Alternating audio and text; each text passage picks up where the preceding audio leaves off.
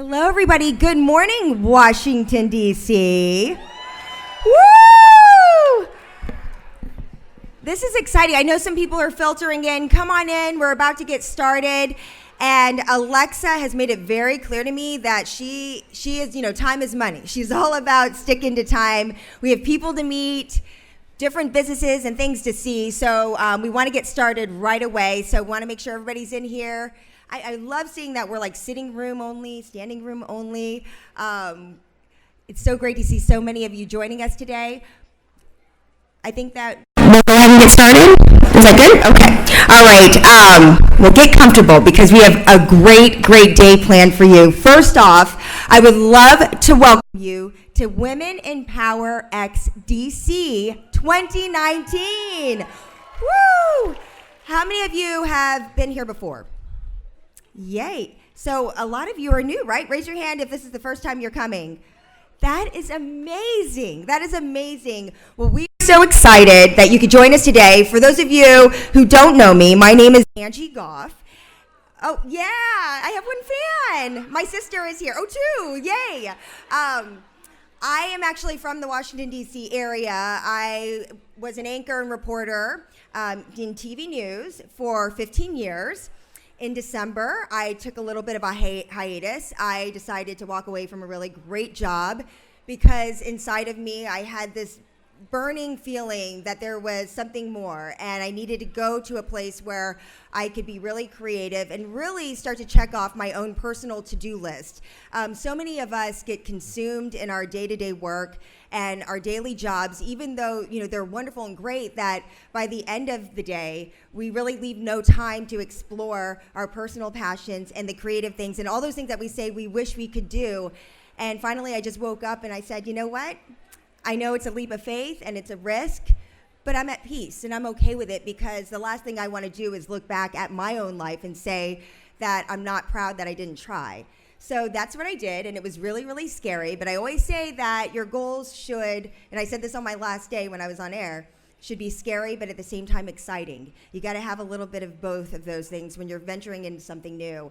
And so fast forward 7 months later, I'm a week away from launching the passion project that I've been working on, June 21st. Yeah, woo! There's my senior executive producer and my sister. My sister really did come. And so that'll be coming up on Friday. But then it's funny how when you let go of stuff, things start to come to you, right? So just in the last month or so, I got an offer from Fox here in D.C.,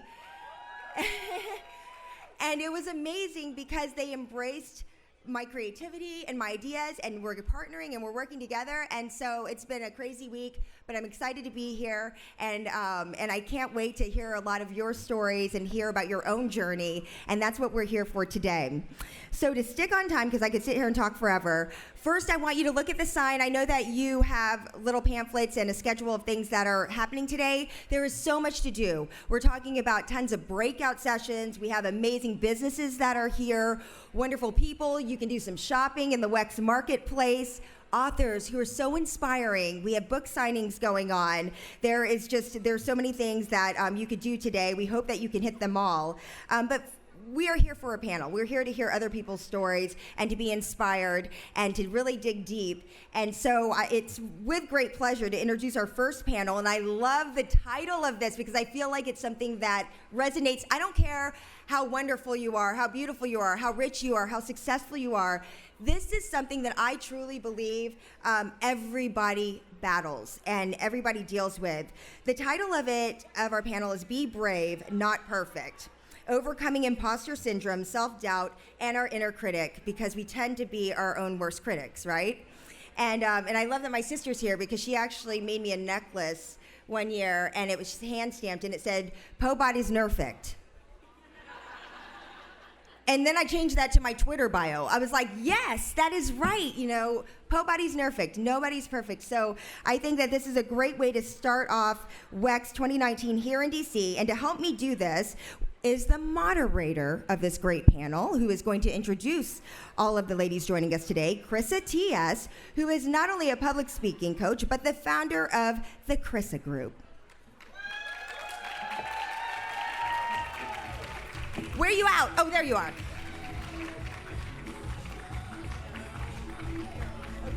Wait. Can we talk about how cool it is you get walk-on music? How? How you get walk-on music? That's... Walk-on music? Yeah, like an athlete, like you're coming in, because it's game time. Oh, yes, it is.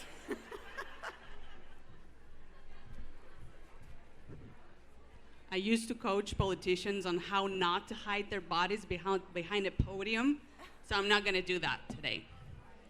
Hello, everyone. What an exciting audience. So, I'm Chrisa T.S, and today I'm happy to welcome you to the first main stage panel where we're about to discuss how not to be perfect and be brave instead. We're going to talk about how to embrace your imperfection, overcome self-doubt, and the imposter syndrome. The imposter syndrome, that's an interesting term that was invented in the 70s by social psychologists who were trying to describe this feeling that some people have when they believe they're not capable, they're not intelligent, they're not creative, despite evidence of their high achievement. And there's so many people feeling like that, even very successful people. There's a voice that kicks in that says, you don't deserve to be here. You are a fraud, and everybody knows it. Yesterday, I flew in from Santa Barbara last night.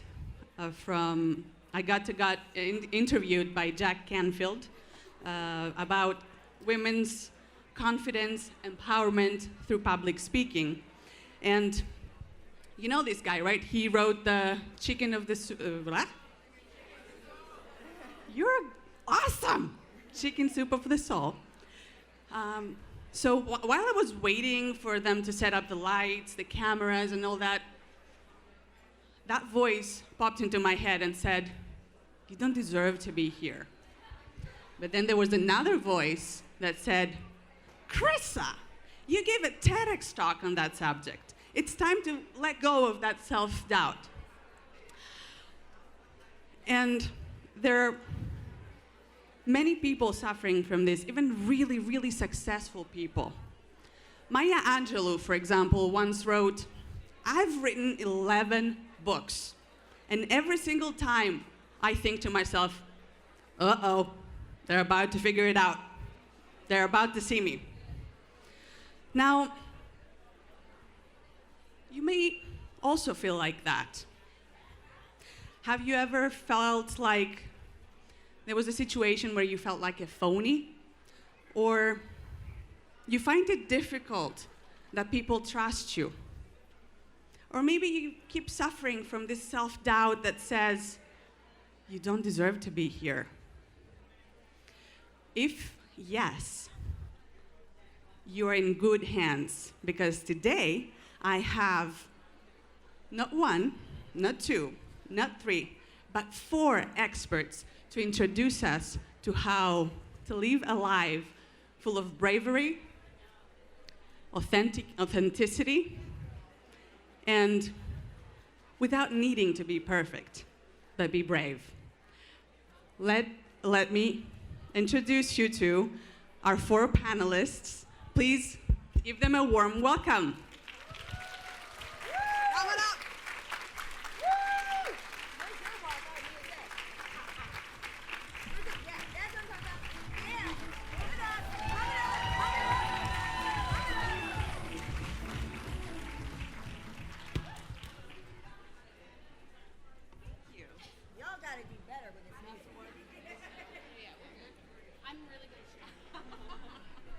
Hello, ladies. Hello. Would you all like to take a minute or two to introduce yourselves? Yeah. Go ahead. Hi, guys. My name is Chiara. Bold Self is my brand. I am an empowerment and business coach for female entrepreneurs. And I'm really fucking excited about this panel. Hello, everyone. My name is Jaclyn DiGregorio. I'm a speaker, author, and business strategist. My company is called Clarity and Action Consulting, and I help aspiring entrepreneurs and struggling business owners define their vision and take action to make it a reality. Hello. I was too powerful. It's okay. My name is Risha Yorke. I am a business and success coach. I came all the way from Canada. I'm so excited to see all of you. I run a 3-month transformational confidence and leadership program for women online called, what's it called? No. License to Succeed, Lead Without Permission. And I also do one-on-one success coaching and business coaching for young entrepreneurs.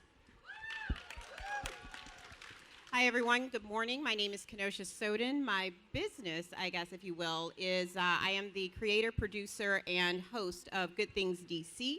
And I am a definite, what you would consider multi-hyphenate, as I also run a dermatology practice and in my other 12th life, a few other things. So, you know, everything that I do now is to promote the women, the people, and all the good things that the district and everything in the DMV offer. So, you know, we're gonna definitely today help you understand that, number one, you are where you're supposed to be. Number two, you have what it takes. And number three, go get it right now, because ain't nobody else gonna hand it to you.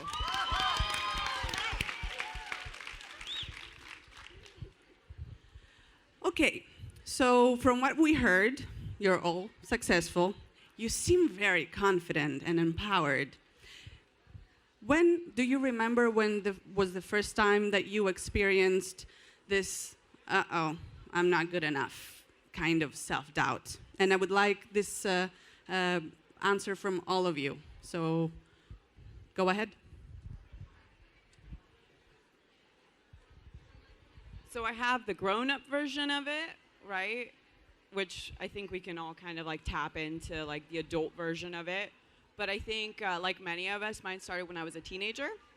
So I was 15 years old and I was raped by my boyfriend and then emotionally and verbally abused by my boyfriend right after. So in a matter of less than a year, right? Do you guys remember being 15? Remember like your identity developing? In a matter of a year, I was stripped of who I was, sexually, physically, mentally, emotionally. So it wasn't even like I'm not good enough. It was, what am I even? Am I anything at all? And so I spent the following year, and I won't go too deep into my story, but I spent my the following year reinventing myself. Has anyone here reinvented themselves? It's You girls. It's a really, really empowering process. And if you guys have ever been to Tony Robbins events, he always says, I built this motherfucker. I literally say that with the same gusto, with the same like bigness that Tony Robbins is. I literally built this. And so we get to always rebuild. Whenever we have that moment of I am not enough, we get to build a version of ourselves that is. Thank you. That was amazing. So to echo that, I'm going to tell my adult story because I think we all have the childhood struggles.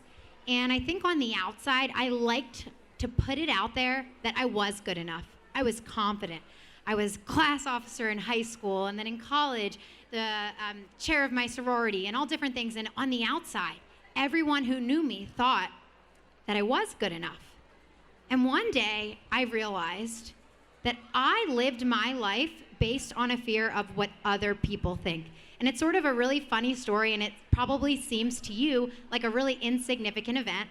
I was going to the gym after working all day, and being an entrepreneur is stressful. So I love going to the gym to just work out all my stress. I was really looking forward to the gym that day. And I packed a bag because I came from my office, and when I got to the gym in the locker room, I was getting changed, and I looked down, and I realized that I had only packed one sneaker. So I'm like, oh no, I have to go home. And now I'm going to be stressed all night tonight, all day tomorrow, and I'm not going to do my workout because realistically, I don't want to do it at home. And then I'm like, wait a second. Why can't I just go out there in my socks and do a nice body weight workout on the mats just as if I were at home? And then it hit me. I cared so much what other people think that I didn't have the confidence in myself to walk across the gym floor in my local Planet Fitness because I feared the opinion of those strangers. Now let that sink in for a minute. I didn't even fear the opinion of people who know me. I feared the opinion of strangers. And so I forced myself that day to go out there. And I walked across that gym floor, and I wish that I could tell you that I held my head high and that it felt really good. But I'm gonna tell you how it really was. It was hard. People stared at me like I was walking through the gym without a shirt on. I mean, like, hello, there's socks. I think one girl took a Snapchat. That's how bad it was. But I'll tell you something else. I learned one of the most valuable lessons. Confidence is like a muscle, and the more you exercise it, the more it grows. So I challenge you today, find your sock moment. Maybe that's going to the grocery store without makeup on. Maybe that's taking a risk and posting something about your business or your dream or your passion on social media. But whatever it is, find your sock moment because that confidence is so worth it.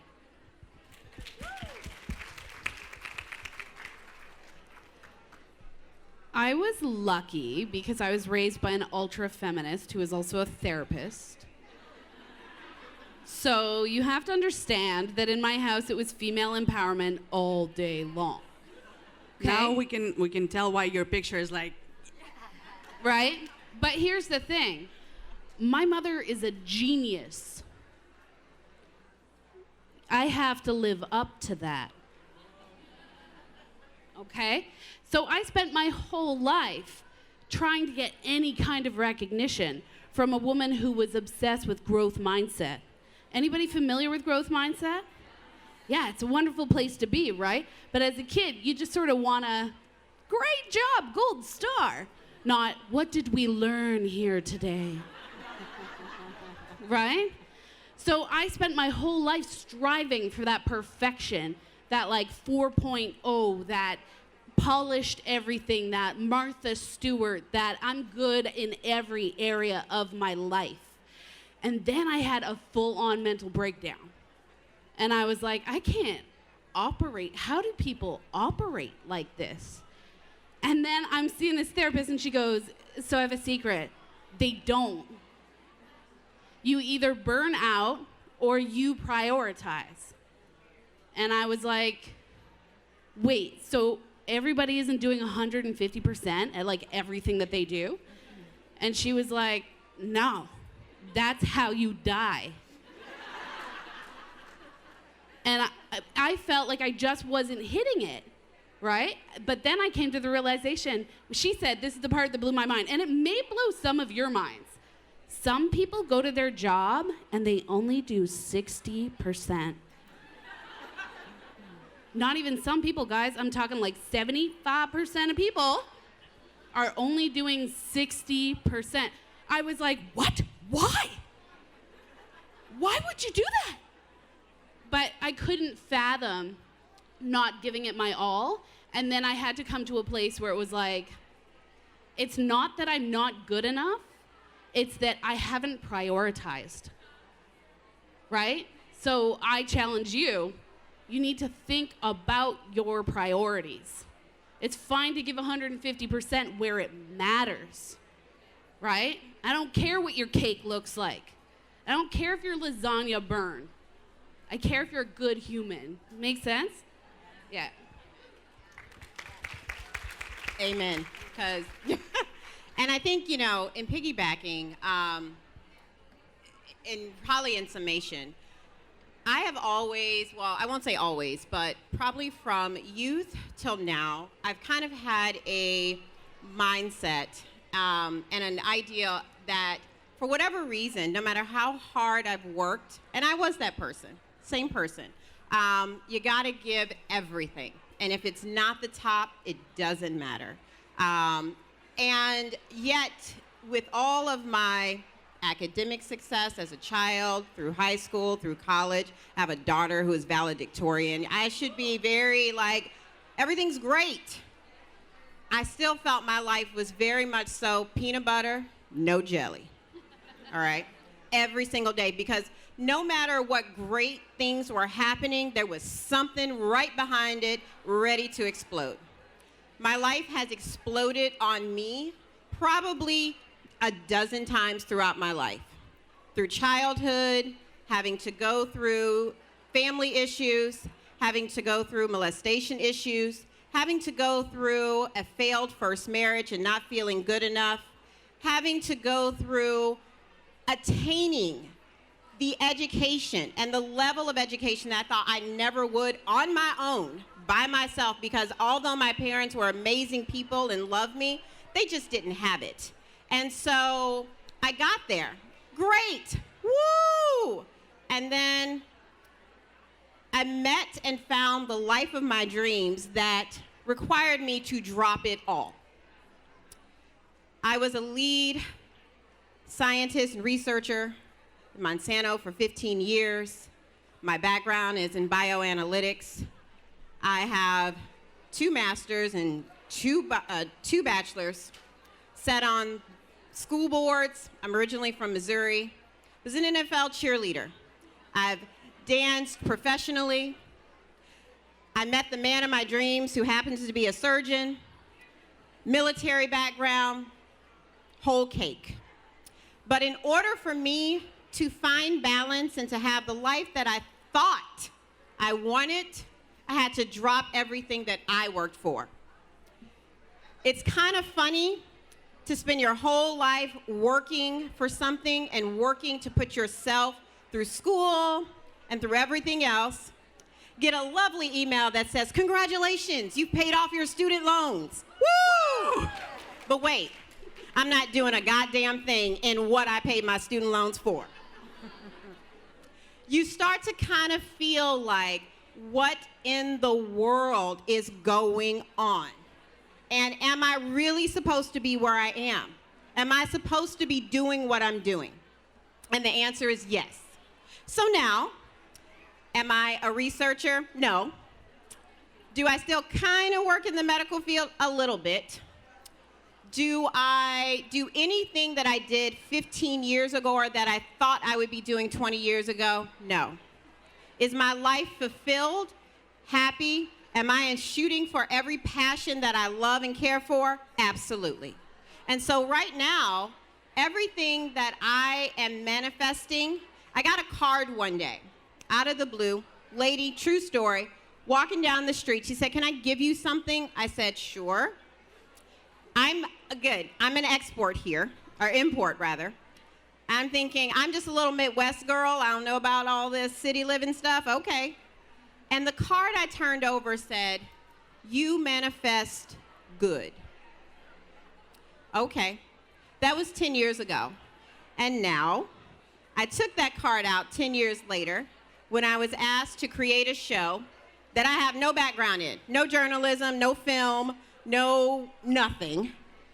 And now we have Good Things DC. 4th season, 2 other co-hosts, all kinds of network, and I could not have seen this for myself.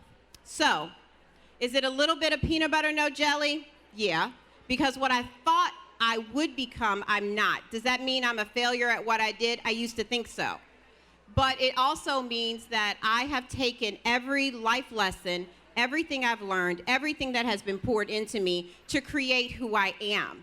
And that person that I am now is way beyond anything that I could have ever designed for myself or thought that I would become. So take that as an understanding that no matter what your focus and your direction is, and no matter how many times you've been knocked down, as long as you understand that there is a purpose for why you are here, there is a plan for why you are here, and that anything that you need to do, want to do, and can do should be done. And who cares if somebody else doesn't think it's the best thing to do? And who cares if, yeah, you might have spent all that money over here. It's hard to swallow. But In the end, you did it. And every level of success that you have reached and everything that you have achieved, you earned it. You are not an imposter because you got there. And if you're still reaching for that place, that's okay. You're still where you're supposed to be, and you're still successful. Here, here. Risha, this question is for you. When giving up perfectionism served you and how? Talk to us about it. Okay. All right. I used to be a corporate trainer for the second biggest IT company in North America. I did all the onboarding, 200 sales reps a year. Okay? I worked probably about 60 hours a week. I also ran a theater company full-time, 2 full-time jobs, during that time for 15 years. Okay? So I'm doing all this and I'm trying to make it all be perfect. And this was right before my therapy session, by the way, right? Because obviously I hadn't learned that lesson yet. So I'm trying to do both. And I'm so scheduled at work, I just have to explain this, that I have to put in my calendar my pee breaks. That's how scheduled it is, right? I am supporting all of North America, right? So all the time zones. I'm at work at 7 a.m., I'm busting it, I'm leaving at 5, I'm exhausted. People are making comments, you're leaving right at 5? Where the hell were you at 7 a.m.? Because I was here, right?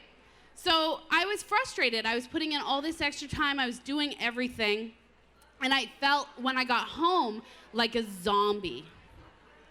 It, like, just sit in front of the TV and zone out. And my husband's like, why do you seem so depressed when you get home? And I was like, because I'm done. Like, I'm spent. And here's the funny thing. I'm an extrovert. Don't know if you can tell. And I love people. I get energy from people. So training people and being around people fed me. But it wasn't about something I was passionate about. It was about IT. IT's cool. If that's your passion, like, rock and roll. It's not mine, right? Elevating people is my passion. So I found pieces of that in my job, but it wasn't my whole job. If I spent 3 hours talking about storage arrays, I was like, done, right? So I realized once I quit my job, you guys. I shut down my theater company. I took a year off work. Have you ever done that? It's terrifying. It's terrifying because you know what killed me? As soon as I quit, people would be like, so what do you do? I'm a lady who lunches. That's what I do. And they're like, what's that? I'm awesome. What do you do? Like, it was really awkward, and the conversation became really awkward, and I also vowed to stop asking people unless I was in a business setting, what do you do?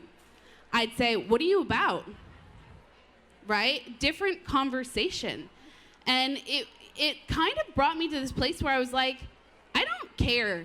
I often have not cared what other people think, but it just took me to a new level of that. Like, I don't care what you think, right? I'm giving up the perfectionism thing. I spent all day playing Tony Hawk. And I'm okay with it, because I need a break, because I'm gonna burn out. So then when people would ask me, what do you do? I take care of myself right now. Right? And that's when, as soon as I gave up on the perfectionism, I take care of myself, right? And that served me. And how important it is to take care of ourselves, right? Now we're talking to women in business. How many women in business do we have here? Wow, look at that. You go, yes. Chiara, this question is for you. Okay. How can women lead their businesses with, wait for it, imperfection? So, have you ever really wanted something that kind of was like, it didn't make any sense, right? Have you ever had a mission, a vision, a calling, something that really it was bigger than you? It was bigger than you. I teach my clients to build from here. When we build from here, it doesn't have to be perfect. It already is. Because it's coming from something that is so much bigger than us. So raise your hand if you identify as a high-achieving woman. Wow, what? There's no one here. It's so weird. So high-achieving women, and many of us here on the panel, if you couldn't tell, we have this thing where we're called here, but somehow we try to operate from here. Yes? Right? The logic, the thing. And it's not in our nature. As women, we are led by something else. And there's wherever you range on the scale of woo, I have some of my girls are lead from your womb, whatever, it doesn't matter. There's something, as women, there's something that's just so fucking powerful that it's so much bigger than this.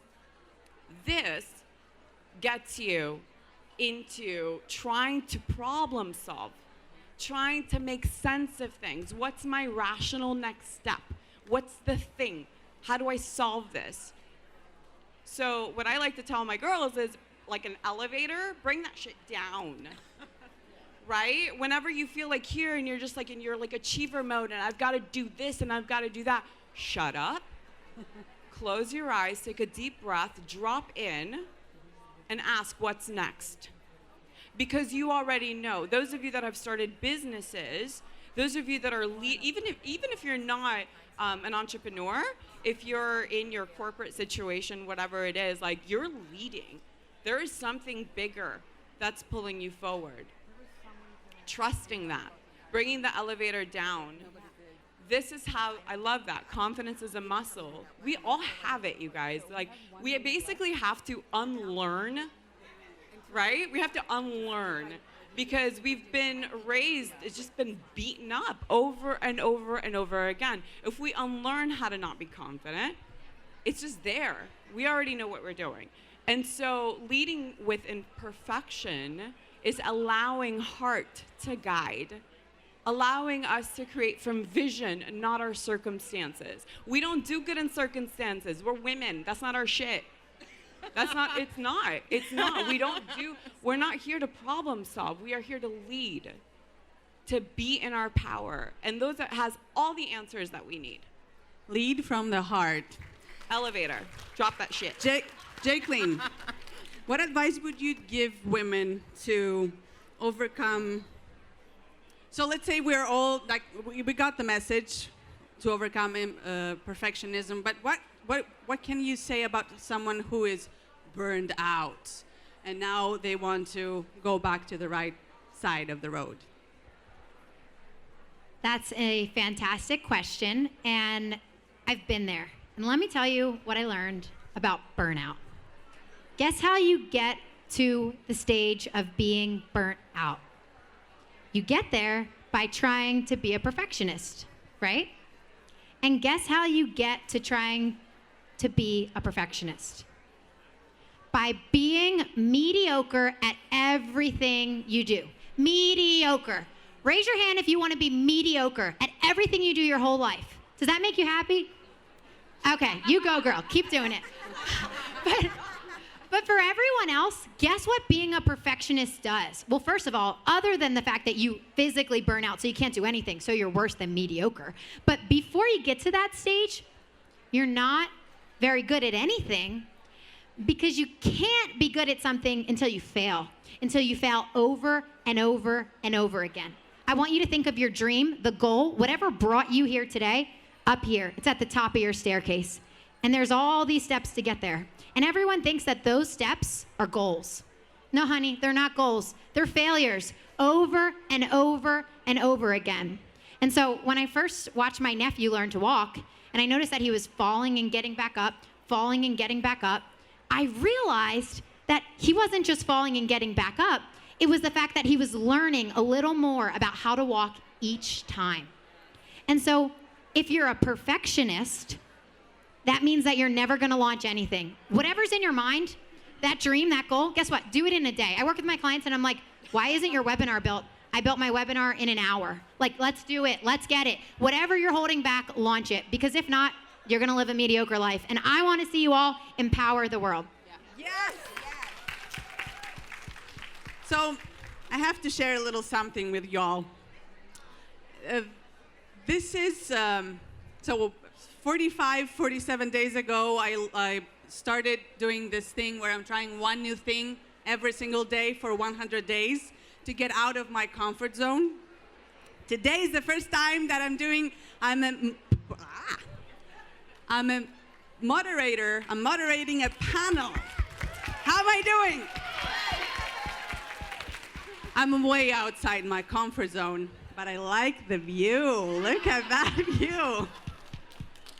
So I would like to say goodbye for this panel from all our panelists, closing with an affirmation that I want you all to repeat with me. You ready? I am brave.